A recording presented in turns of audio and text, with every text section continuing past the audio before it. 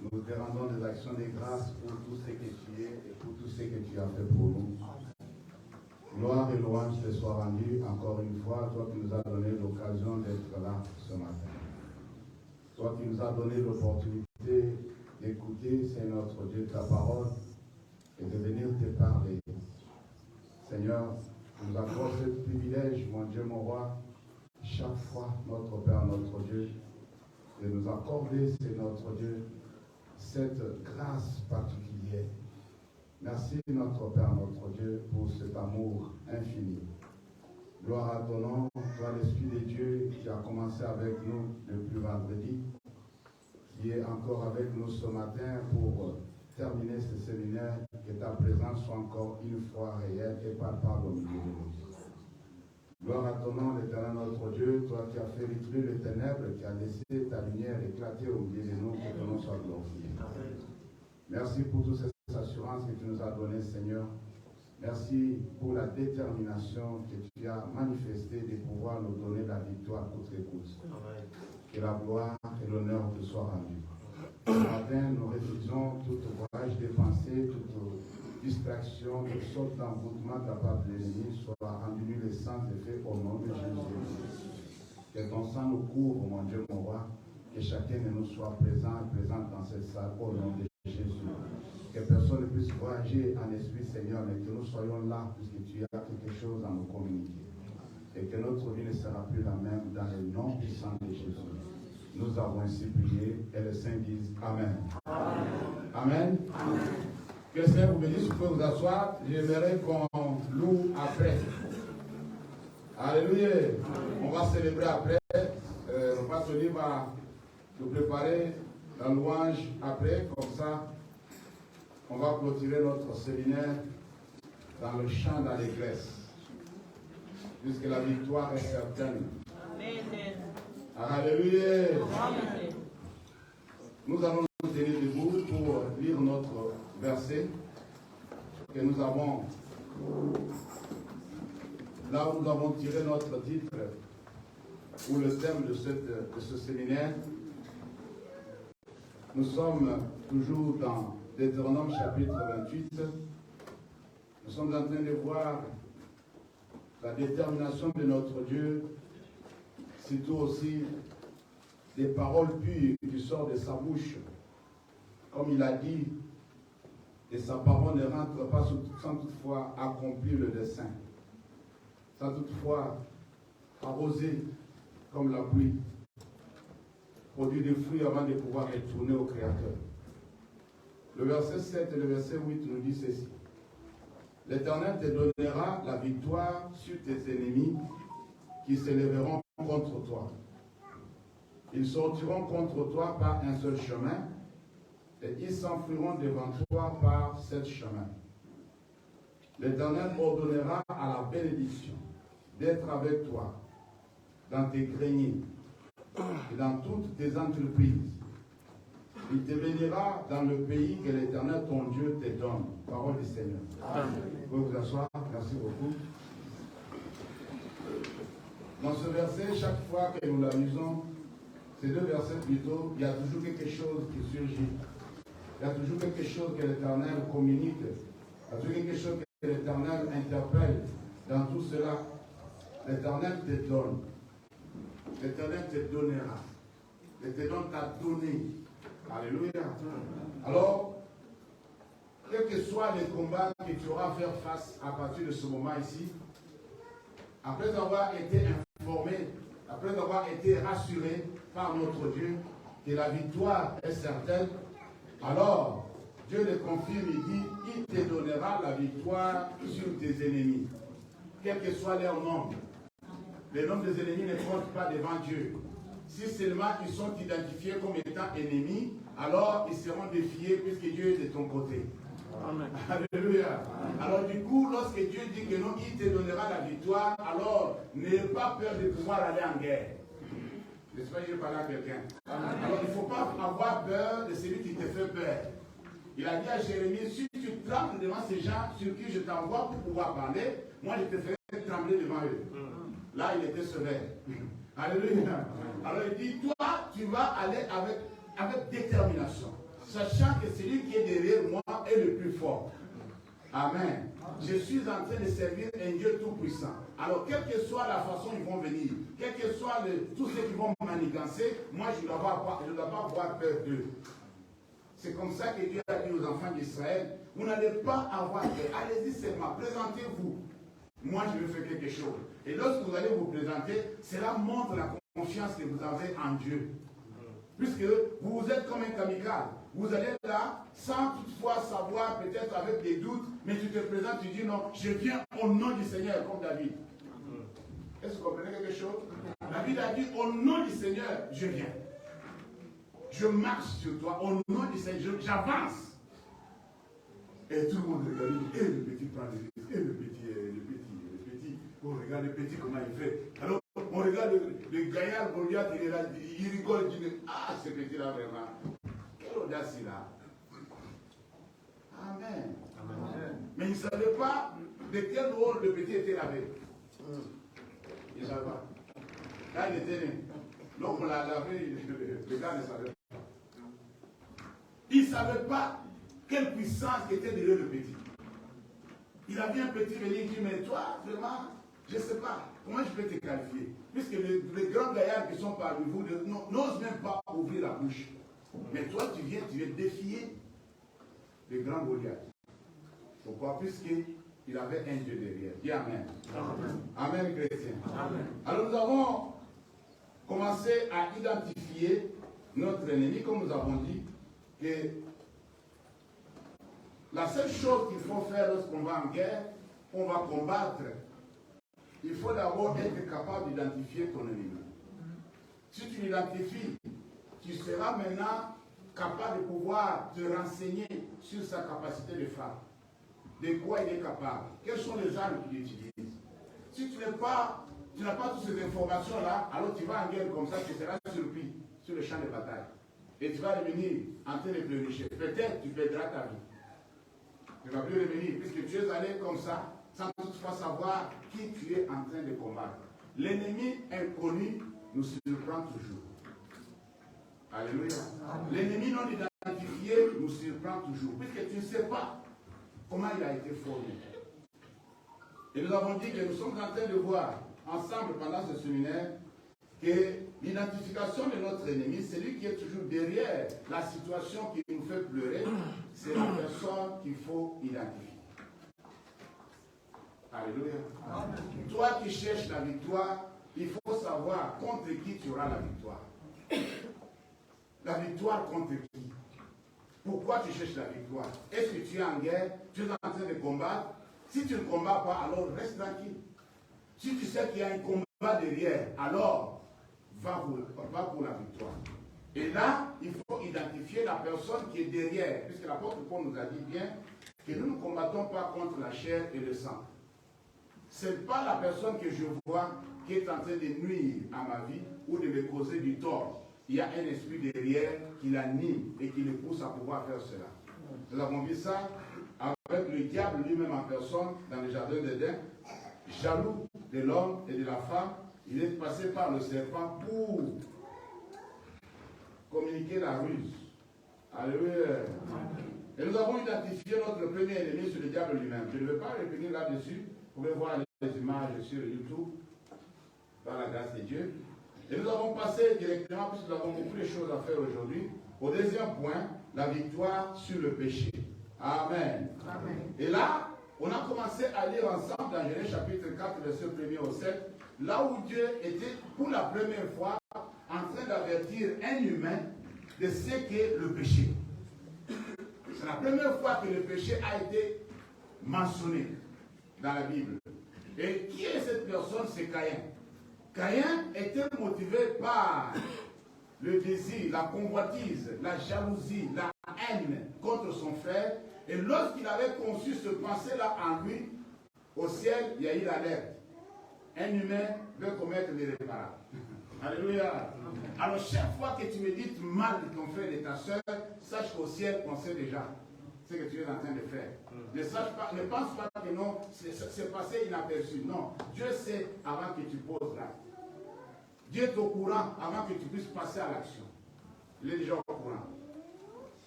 s'il connaît une personne avant que la personne vienne au monde, combien plus faut-il que la personne pense? Je vous avais dit quelque chose de très important.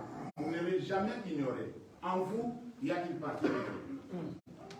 Cette partie de Dieu, si vous avez des connexions sur la terre, sachez que Dieu est en connexion avec vous.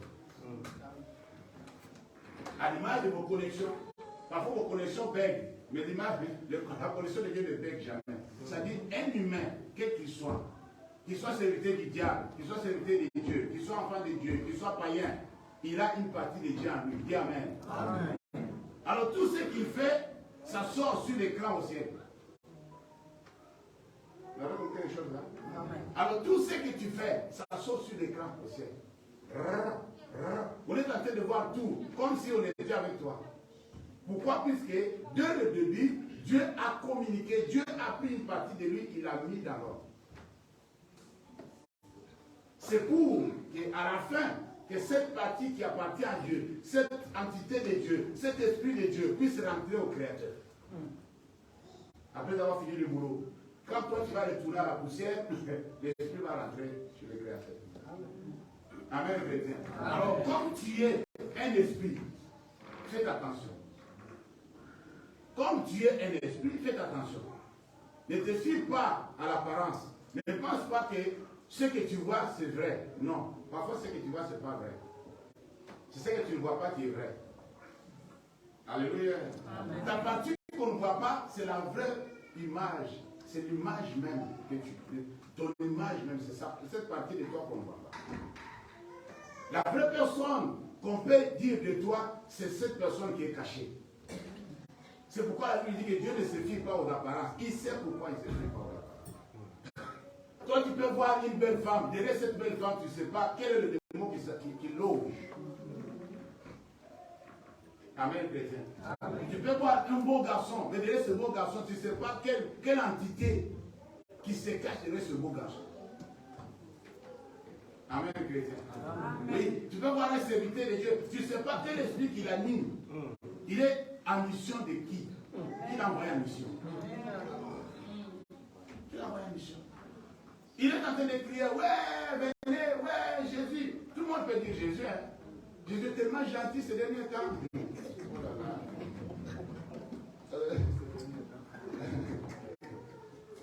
Amen.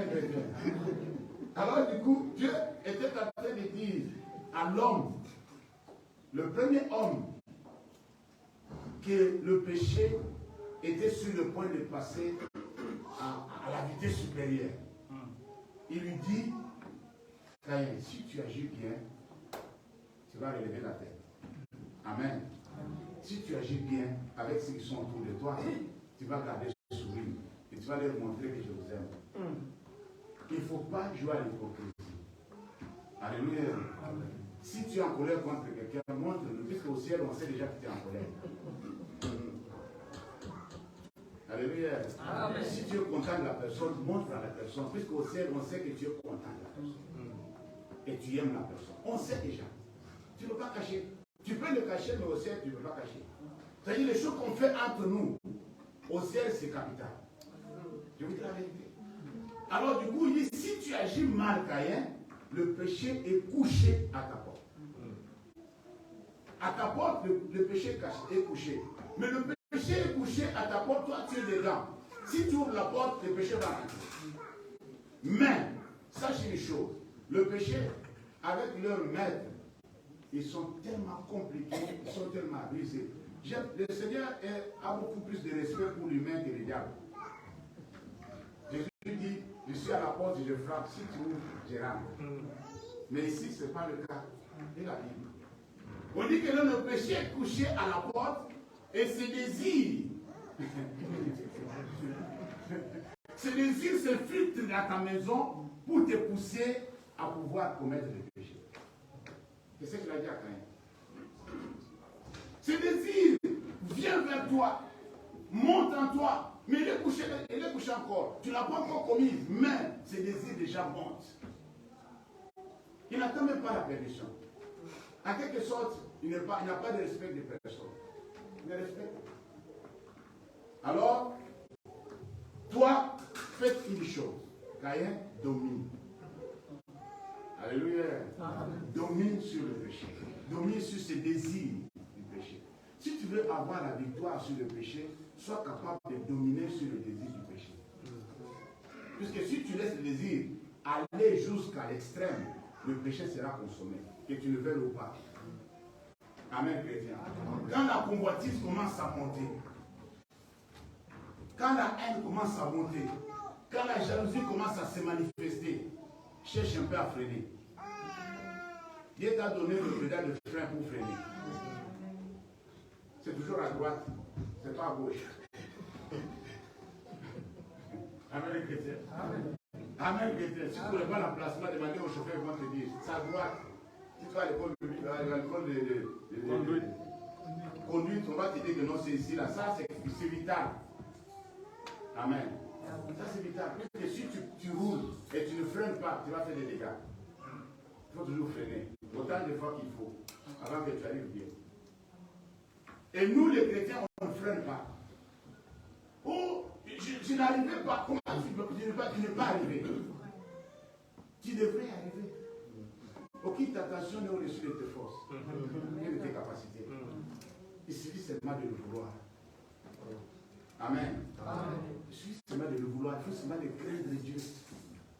Et nous avons vu ensemble, bien aimé, que l'obéissance à la parole de Dieu nous donne la victoire tout le temps. Si tu obéis à la parole de Dieu, tu seras toujours victorieux. Amen. Puisque comme les ennemis ne vont pas venir tout d'un coup, comme ça, ils viennent 4000 personnes pour pouvoir t'attaquer. Je peux demander à mon bien-aimé, l'autre par exemple, est-ce que tu sais, tu peux me rappeler? Tu peux me rappeler. Depuis que tu es devenu vraiment quelqu'un qui raisonne, c'est-à-dire à partir de 5 ans, disons, tous les combats que tu as fait face, tu peux me les rappeler? Il ne peut pas. Amen. Les ennemis qu'il a identifiés depuis l'âge de 5 ans, il ne peut pas. C'est trop. Mais dans tout ça, la Bible dit que nous sommes plus que 20. Pourquoi? Puisque Dieu l'a dit. Ils viendront, mais toi tu vas les vaincre. Qu'ils soient un à un, qu'ils soient en masse, on s'en fout. Mais tu dois les vaincre, étape par étape. Et quand tu finis avec ces combats-là, ces batailles-là, alors tu n'as pas le temps de te reposer, on dit non, ancien, il y a l'autre qui surgit là-bas. J'expliquais à un frère, j'ai dit, mais quand j'étais seul, j'avais mes combats en moi. Quand je suis marié, j'ai ajouté des combats. Quand j'ai eu des enfants, ça continue. Donc vous n'avez pas compris. Amen. Alléluia. Amen. Ça continue. Quand j'étais tout seul, j'ai prié pour ma famille biologique. J'ai prié beaucoup pour eux. Mais quand je suis marié, j'ai dit, ah, la femme que je m'a donnée là, il faut que je prie. J'ai ajouté. Est-ce que vous comprenez quelque chose? Alors, avec la femme que Dieu m'a donnée, on a eu des enfants. Chaque enfant a ses lots de problèmes. Chaque enfant est attaqué. Comme il est encore enfant, il faut que je me lève. Vous n'avez pas compris. Amen. Alléluia. Amen. Alors, lorsqu'un enfant, l'un de mes enfants est attaqué, c'est papa et maman qui se lèvent. Puisque maintenant, nous avons le combat. Maintenant, on combat et pour nous, et pour les enfants. D'abord, les combats ne sont pas encore finis, personnels. Amen. Alléluia. Les personnes ne sont pas encore finies. Mais j'ai ajouté encore au sein de mes enfants. Quand l'enfant était né, j'ai dit, ouais, gloire à Dieu, l'enfant est né. J'ai oublié quelque chose. On m'a ajouté des combats. Alléluia. Alors ma façon de prier doit changer. Yes. Jusqu'à ce qu'ils seront aussi des hommes et des femmes qui sont capables de combattre eux-mêmes. Amen. Maintenant, vous avez compris les choses. Même s'ils sont capables de combattre eux-mêmes, comme le papa est encore en vie, quand ça va chauffer, il dit, papa, ça chauffe. Ils disent, on va entrer tous ensemble. Tous ensemble, on va entrer dans le combat. C'est ce que tu fais souvent. Ça chauffe, tu es déjà dans le foyer, tu es déjà dans la famille. Tu dis, pasteur, papa, maman. Je parlais avec une sœur, elle dit que non. Quand on allait m'opérer, j'ai appelé ma maman. Maman est allée dormir à l'église. Comme j'avais tellement peur, j'avais tellement. Je ne savais pas quoi faire. J'avais peur de perdre ce que le médecin me disait, tu peux perdre ça, tu peux ça. Alors j'ai dit, maman, s'il te plaît, ici ça chauffe, je vais être opéré. J'ai pleuré, j'étais malade de trame, je pleurais. J'ai appelé ma maman, j'ai pleuré. Maman dit, dès qu'on finit de parler ici, je vais aller dormir à l'église. Amen. Et de l'autre côté, maman a mobilisé son équipe. Il dit, ma fille est en train de pleurer avec moi. Alors je vais mobiliser l'équipe. Amen. On va voir qui va gagner. Moi, que le combat, c'est le combat. Voilà, faites attention. Faites attention. Pourquoi je dis faites attention? Ne vous créez pas de combats. Attendez des combats venir. Amen. On n'a pas compris. Parce qu'il y a des gens qui se créent des combats eux-mêmes. Ils cherchent des problèmes là où il n'y a pas. Quand au lieu d'attendre que le problème arrive, comme ça tu vas te défendre, toi tu vas chercher des problèmes. Tu cherches tout. Alléluia. Amen. Amen, chrétien. Soyez prudents. Vous avez des lots de problèmes à résoudre. Ne cherchez pas d'autres problèmes. Ça veut dire qu'on va dans cette situation-là. Même Dieu aussi dit que non, c'est elle qui est fautif. Pourquoi il ne pas dit? Alléluia. C'est elle qui a causé tous ces dégâts-là. Il ne fallait pas le faire. Il ne fallait pas. La victoire sur le péché, c'est par rapport à ce que toi tu connais et ce que tu sais. Amen. Amen. Puisque si tu ne connais pas, si tu ne sais pas, tu seras toujours perdant contre le péché. Tu seras toujours perdant. Et le péché ne doit pas toujours régner dans ta vie pour la vie. Amen, chrétien. Il ne doit pas toujours régner dans ta vie pour la vie. Ce n'est pas comme ça que Dieu l'a dit. C'est-à-dire, le péché ne doit pas être un métier pour toi. C'est-à-dire que tu te lèves le matin pour aller pécher et tu reviens. C'est ça qui me fait comprendre. C'est-à-dire, tu as des rendez-vous. Tu prends le trafo pour aller pécher. Non, c'est pas comme ça. Ça ne va pas être un métier. Ça va être un métier. C'est notre, je dis ça pourquoi que j'insiste, c'est notre ennemi numéro 2. Après le diable, c'est le péché. Parce que quand le diable est un peu à côté, il cherche un peu quand le péché, avec ces ruses-là, est déjà rentré, t'as causé des dégâts devant ton créateur. Le diable va dire voilà, il est maintenant affaibli, maintenant je vais le corriger. Est-ce que vous comprenez? Voilà. Je vous avais parlé une fois ici de cinquième colonne. Le cinquième colonne est à l'intérieur de la vie. C'est-à-dire que cette cinquième colonne est à nous-mêmes. C'est l'ennemi qui est à nous. Alléluia. S'il n'arrive pas à t'attaquer de l'extérieur, il va t'attaquer de l'intérieur. Par la convoitise, par la jalousie, par la haine. Il va créer quelque chose en toi. C'est-à-dire une situation qui ne mérite pas de pouvoir haïr la personne. Toi, tu commences à haïr la personne. Je ne veux même pas le voir. Et pourquoi tu ne veux pas le voir? Alléluia. Dieu t'a donné les yeux pour voir et le méchant et le bon. C'est pourquoi tu as les yeux. Si tu avais donné les yeux seulement de voir les bons, les méchants allaient te finir. Puis tu allais être aveugle par rapport aux méchants. Moi, tu n'as pas compris. C'est-à-dire, si Dieu t'avait donné les yeux pour voir que le bon, le méchant pouvait être invisible. Et s'ils sont invisibles, c'est catastrophique. Laisse Dieu te donner les yeux de voir et le méchant et le bon. Comme ça, tu sauras qui est pour toi, qui est contre toi. Alléluia. Amen. Qui est pour toi, qui est contre toi. Dieu donne la victoire à l'homme. Nous pouvons dire aussi la solution que Dieu nous a donnée pour pouvoir vaincre notre ennemi numéro 2, le péché. Nous sommes dans Jean chapitre 1, verset 29. C'est une déclaration de l'homme de Dieu, l'homme qui a fait des succès en un temps record dans l'œuvre de Dieu, le vieux Jean-Baptiste. Jean chapitre 1er, le verset 29. La Bible dit, le lendemain, il vit Jésus venant à lui plutôt, et il dit, voici l'agneau de Dieu qui ôte le péché du monde. Parole du Seigneur. Amen. Ça, c'est Jean-Baptiste. Après avoir été révélé qui était Jésus, après l'avoir baptisé, le lendemain, il voit Jésus s'approcher, passer avec ses disciples.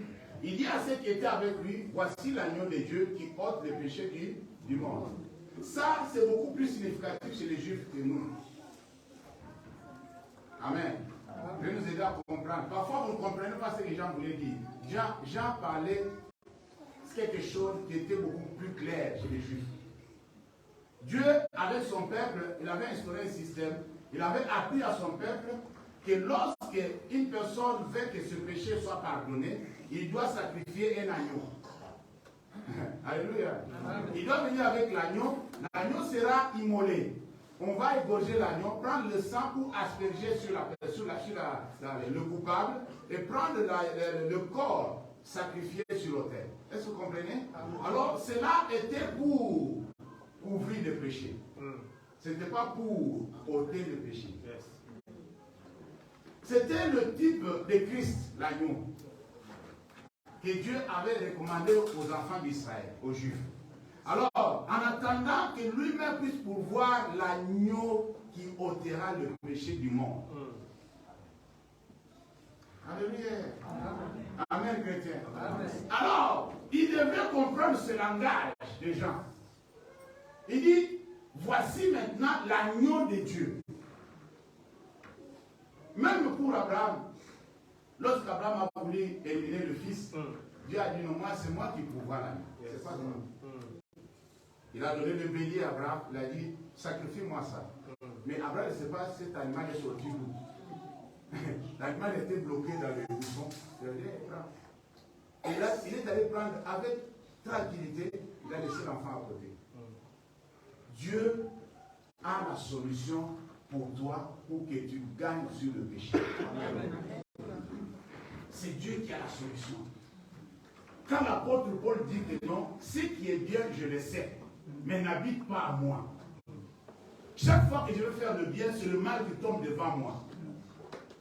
Alors j'ai compris qu'à moi, il y a une autre loi qui lutte contre la loi de mon entendement.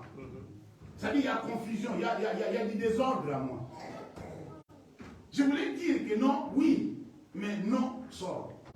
Vous dites, pourquoi tu as dit non? J'allais dire oui. Alléluia. Il y a un exemple simple que j'ai toujours donné. Je demande à mon bien-aimé Tony, est-ce que tu as un 5 €? Et là, il a 5 €.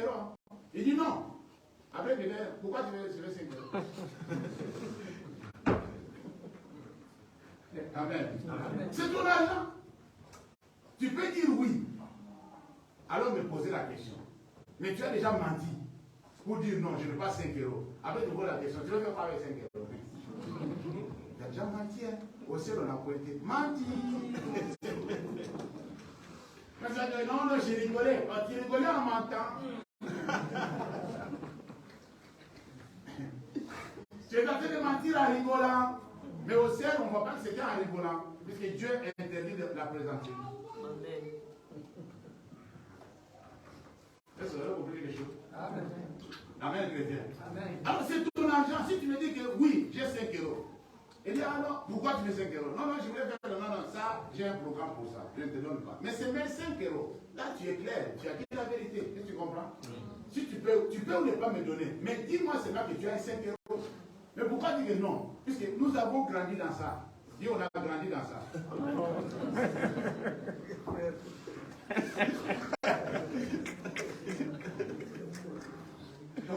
Moi, je ne suis pas exclu. Je sais là où je viens. Je voudrais parler du stylo hier, non? Cette histoire-là, le fils m'a demandé, tu vas nous raconter toute l'histoire. J'ai dit, quand je vais finir le séminaire, je vais vous raconter l'histoire. Il dit, c'est pas grave, je vais vous raconter comment l'histoire était finie. Il dit, papa, je veux savoir la fin de l'histoire. Amen. Amen. Alléluia. Amen. Alors, Dieu avait pouvoir cet agneau, comme je l'avais dit hier, quand Dieu a demandé qui marchera pour nous. Amen. Qui enverrai-je? Qui marchera pour nous? Qui peut aller sur la terre et sauver l'homme que j'ai créé à mon image, selon ma ressemblance? L'agneau qui était sur le trône a dit, me voici, envoie-moi. Toute la messe céleste ont dit, le prince descend, le prince descend.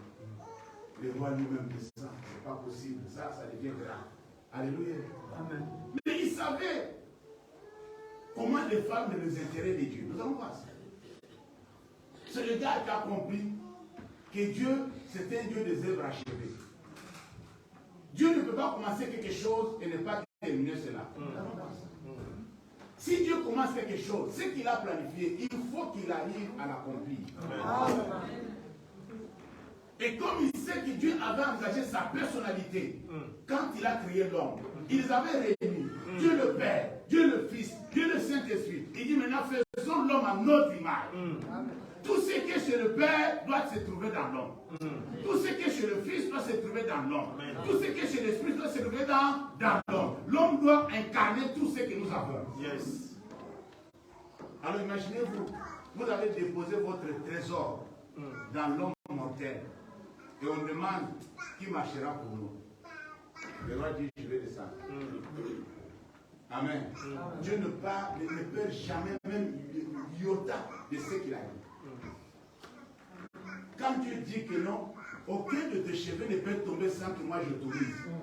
Dieu, c'est un Dieu de détail. Amen. Yes. Alléluia. Alléluia. Alors il dit, je te protège comme cette brûlure de l'ail. C'est-à-dire, personne ne peut te toucher. Chaque fois que quelque chose apporte de l'ail, même si c'est trop dur, même si c'est mou, ça va fermer d'abord. Alléluia. Les paupières vont fermer d'abord. Pas mesure de prudence. Il dit, ah, je voulais te faire peur, j'ai fait comme ça, mais Dieu dit la fait comme ça. Amen. Alléluia. Amen.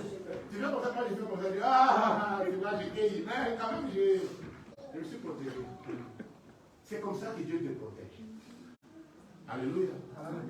Alors du coup, lorsque nous regardons dans cette histoire de l'agneau, l'agneau est venu pour défendre les intérêts de Dieu. Pour défendre la nature céleste qu'il avait déposée dans l'homme. Pour dire que non, moi je ne veux pas laisser ça être vraiment comme ça doit être comme ça. Donc, puisque la terre, il y avait tellement de désordre, les gens faisaient ce qu'ils voulaient, le diable avait tellement corrompu. Nous avons vu hier que non, c'est lui qui corrompt toute la terre. Amen. C'est lui qui corrompt toute la terre. C'est-à-dire, sur la terre, lui n'a pas de point qui ne passe pas. Un jour, il est allé dans la présence de Dieu, il a demandé, tu étais où? Moi, je ne te vois pas. Moi, j'ai parcouru la terre. Il a la vitesse, hein, le gars. C'est pas, il a des fusées pour voyager. Il ne sait pas quoi. Il voyage avec des voitures, il voyage comment. Il parcourt toute la terre. Amen. Puisque la Bible dit que non, malheur à la terre et à la mer. Puisque le diable est descendu. Son terrain, c'est son terrain là. Pour venir séduire. Pour venir nuire à l'homme et à l'image de Dieu. Alléluia. Amen. Amen. Alors l'agneau est venu pour ôter le péché du monde. Alors comment se fait ce mécanisme de ôter? Puisque le péché était couvert à l'époque. C'est-à-dire le sang de bouc, le sang de l'agneau couvrait le péché. Amen. Mais le sang de Jésus, l'agneau de Dieu, ôtait le péché du monde. Qu'est-ce qui se passe? Si Jésus avait vraiment ôté le péché du monde, pourquoi aujourd'hui on peut pécher encore? C'est-à-dire que le péché n'allait pas exister dans le monde. Si nous voulons dire ça littéralement. Amen. Alors, Dieu, c'est un stratège. Dieu sait que, comme nous avons dit pour Caïn, Dieu sait que derrière le péché, il y a une puissance. Alléluia. C'est pourquoi vous n'arrivez pas à faire ce que vous voulez. Puisque derrière là, il y a une force. Amen, chrétien. Alors, ce que Jésus est venu faire, c'est quoi? C'est pouvoir neutraliser le pouvoir du péché. C'est-à-dire le péché n'a plus le pouvoir sur les enfants de Dieu. Quand il te donne le pouvoir de devenir enfant de Dieu, le pouvoir du péché est neutralisé. Non, vous n'avez pas compris. Alors vous n'avez plus encore droit de pouvoir vivre dans le péché. Vous pouvez pécher par accident, mais ce n'est pas une habitude comme avant. Puisqu'avant, vous buvez le péché. Avant, vous mangez le péché. Maintenant, c'est différent. Alléluia. Il y avait des gens qui dormaient sur le péché. Ils dorment. Ils savent que là où je suis en train de me coucher, là, c'est sur le péché. Ils dorment tranquillement. Et ces gens-là, lorsqu'ils dormaient sur le péché, ils prenaient du plaisir dans le péché. Est-ce qu'on va se le dire? C'est-à-dire, quand lui, il tue les gens, il est tellement content. Ce jour-là, il va boire, se saouler, il dit, ouais, aujourd'hui j'ai bien travaillé. C'est-à-dire, il prend du plaisir en éliminant les êtres humains. Donc, vous n'avez pas compris. Alléluia. Alors, quand quelqu'un prend du plaisir à faire le mal aux autres, il mange, il boit le péché. Il dort sur le péché. Alléluia. Puisque, imaginez-vous, à quoi de l'individu. Vous savez, quand Caïn a assassiné son frère, la Bible dit que le sang d'Abel a crié, non? Vous vous souvenez de cette histoire? Alors imaginez-vous que tous les gens que toi tu as assassinés là, les deux sang crient, mais toi tu n'entends pas les bruits. Le ciel est alerté, mais toi tu dors, tu ronfles. Tu es inhumain. Alléluia. Tu es inhumain. Tu n'es pas une personne normale. Alors, comme toi, tu te réjouis de ça, Dieu, par l'agneau immolé, il est en train de neutraliser et d'enlever le pouvoir du péché pour que tu ne puisses plus jouir de ce que tu es en train de faire du mal. Amen. Alors du coup, il ajoute quelque chose d'extraordinaire. La Bible dit que non, il va t'ajouter la haine du péché. C'est-à-dire, au lieu de haïr Dieu, haïr le prochain, tu vas haïr le péché. Tu vas faire le contraire. C'est-à-dire, la haine dans l'homme ne quitte pas. Non, on n'avait pas compris. Mais ça change de camp. Yes. Ouais. Je le fais comprendre maintenant.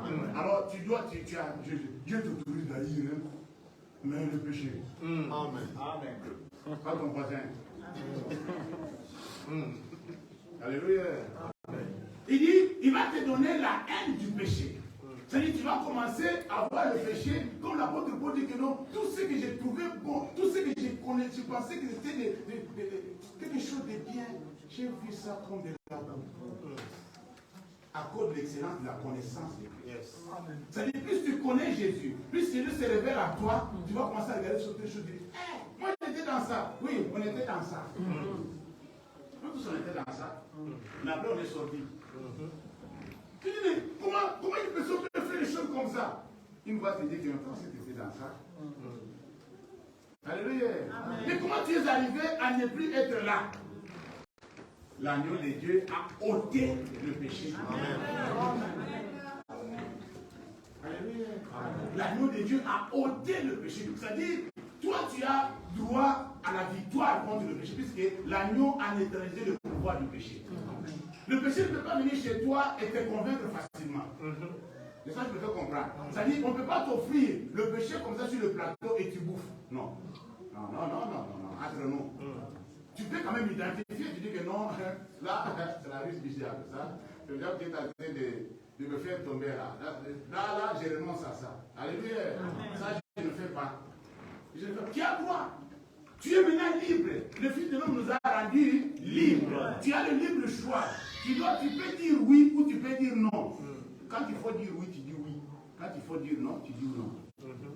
Tu n'es pas obligé de le faire. Tu n'es pas obligé. Avant, on était obligé, puisqu'on était esclaves. On nous imposait certaines choses. On n'avait pas le pouvoir en nous-mêmes. Maintenant, nous avons le pouvoir. Et nous avons le pouvoir. Alors, ce pouvoir-là nous permet de pouvoir aller jusqu'à la victoire. Amen. Aller jusqu'à la victoire. Alors, si toi, tu ne peux pas convaincre le péché, c'est que tu ignores le pouvoir que Dieu t'a donné. La victoire que Dieu t'a déjà donnée. Puisqu'il y a des choses, on va en parler prochainement. Il y a des choses que nous, les enfants de Dieu, on ne peut plus demander dans les prières. Ouais. Puisqu'il y a des choses que toi, tu demandes, Dieu rigole. Tu dis, oh, Christophe, tu t'avais déjà donné. Depuis la croix, toi a été déjà donné. Il faut que tu saches quelles sont les choses qui ont été déjà données. Amen. Ça, tu ne peux pas demander, tu vas réclamer. Amen. On a bien compris.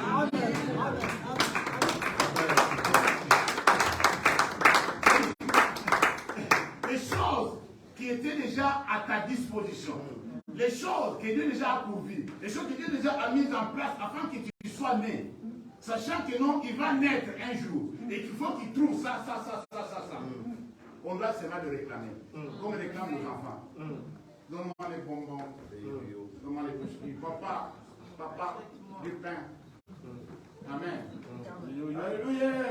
Alors, les enfants parfois réclament. Je ne demande pas, ils réclament, puisque c'est leur droit. Ils savent que non, quand je suis né, comme le pasteur l'a dit, je vais trouver déjà un lit dans cette maison-là pour moi. J'ai ma chambre. Alors, comment il va demander à quoi la chambre à son papa? Papa, donne-moi la chambre. Et eux, quand on va de naître, la chambre était là. Alors, il y a des choses que toi et moi, on ne peut plus demander à Dieu. Alléluia. On ne peut plus demander ça à Dieu. Il y a des choses qu'on peut demander, il y a des choses qu'on ne peut plus demander. Je vous dis la vérité. On ne peut pas demander ça, puisque Dieu nous a déjà donné. Amen. C'est à nous déjà. C'est question seulement de pouvoir toucher la chose ou entrer en possession de la chose. Est-ce qu'on va dire? Alors des choses comme ça qui sont déjà disponibles pour nous, on les réclame, on ne les demande pas. Je réclame, je ne demande pas. Je fais des déclarations. Je vais voir ça se matérialiser. Tout de suite là. Je sais que tu me l'avais déjà donné. Puisque moi j'ai rempli les conditions. Dis Amen. J'ai rempli les conditions. Tu m'as dit que si tu fais ça, moi je fais ça. Seigneur, je fais ça. C'est pourquoi il faut avoir des arguments dans la prière. Il faut avoir des arguments. Venez, plaidons ensemble. Alléluia. Venez, plaidons ensemble. Venez me convaincre que moi je dois vous les donner. On a vu des personnes dire à Jésus qui n'avaient même pas droit à la chose. Dire à Jésus, mais tu sais que même quand les enfants mangent, le petit chien aussi. Jésus dit, waouh, mais cette femme-là vraiment m'a épaté. Quelle foi cette femme avait. Je dis, tu m'as convaincu la femme. Prends. Alléluia. Mais c'était pas pour elle. Il dit, prends. Ce que tu as dit là, ça m'a bouleversé. Tu as la foi. Prends. Même si c'était le pain, c'était pour les enfants, c'était pour les petits chiens. Mais moi, petit chien, je peux aussi bouffer pendant que les enfants. Amen. L'agneau de Dieu qui ôte les péchés du monde. Cet agneau, les agneaux plutôt, que les Juifs faisaient, c'était pour l'individu. C'était pour l'individu, c'est-à-dire, Paul vient, il vient pour lui. Mais si dans sa famille, il y a tel. C'est pourquoi, vous allez comprendre, pasteur, pourquoi dans le temple, il y avait eu un marché. Puisque c'était un bon business. Alléluia. Jésus s'est fâché ce jour-là, il dit, mais vous pouvez vendre le marché, les moutons et les cabris ici. Il dit, mais quelqu'un qui vient de loin, il vient de loin, n'a pas pu amener tous les animaux. Vous savez, nous sommes combien en famille? Nous sommes à 8. Alors j'ai commencé à traîner. Oui, cabri.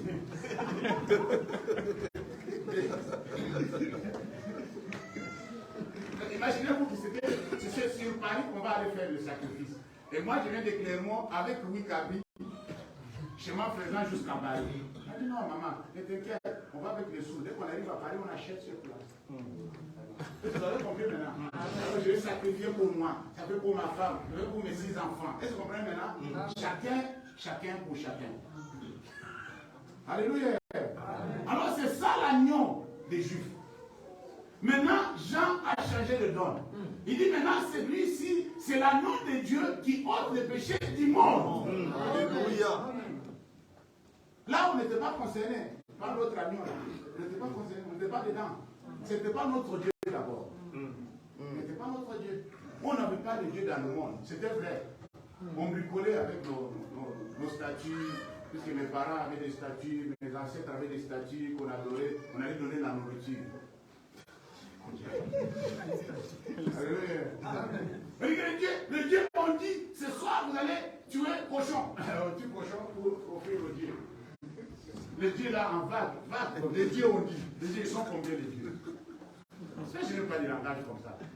Quand j'ai commencé à comprendre, je me dis, mais comment on était vraiment ignorant jusqu'au point de dire que les dieux on dit. Les dieux, ils sont combien? On immole, qu'on vient sacrifier, des choses comme ça. Alors du coup, à l'époque, c'était cas par cas, c'était individuel, et c'est comme ça s'est passé. Maintenant, Jean dit que non, maintenant, l'agneau que Dieu lui-même a donné au monde, c'est pour le péché du monde entier. Il va ôter le péché, c'est-à-dire le pouvoir du péché, soit pour les Chinois ou pour les Coréens, c'est la même chose. Amen. Alléluia. C'est comme si toi qui es américain, tu es plus supérieur que les Français. Non, c'est pas comme ça que ça fonctionne. C'est pourquoi moi je ne suis pas complexé, moi. Amen. Non, vous n'avez pas compris. Amen. Nous avons les mêmes privilèges. Amen. Blanc ou noir, jaune ou rouge, je ne sais pas quelle couleur vous voulez encore. Ou orange. Nous avons tous les mêmes droits devant Dieu. Amen. Moi, je ne suis pas complexé. Quel que soit ton niveau, quelle que soit la couleur de ta peau, je m'en fous. Dieu m'a rendu comme ça. Il dit ne sois pas complexé. Un jour, on était en Italie parce que parlais en anglais avec quelques gens. Alors, il y a un Italien qui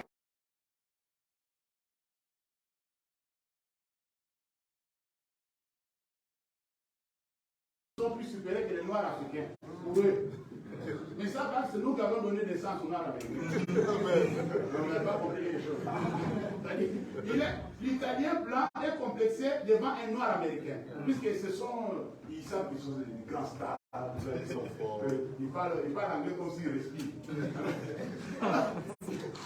Il parle en anglais. Alors il demande à l'autre que c'est l'Américain. Il dit non, c'est l'Africain. Il parle anglais.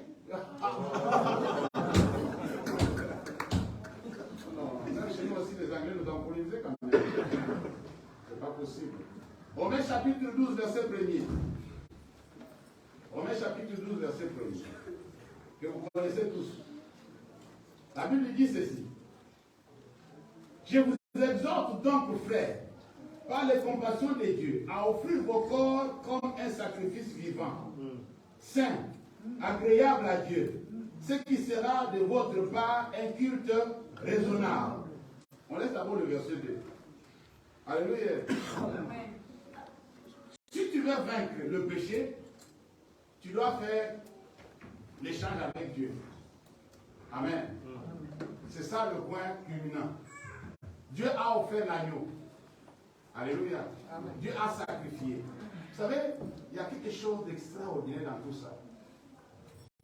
Quand on sacrifiait des animaux dans l'Ancien Testament, c'est l'animal qui était sacrifié, la victime, non.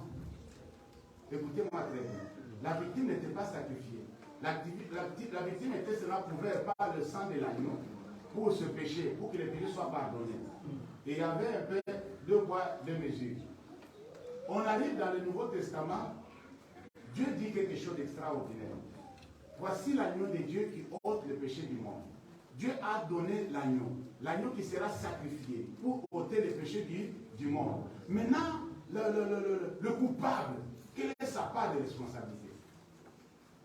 La personne qui a péché, qu'est-ce qu'il lui va faire d'abord? Lui, il est là seulement comme ça, il ne fait rien. Non. Quand tu as compris que Dieu a fait déjà le premier pas, toi tu fais le deuxième pas.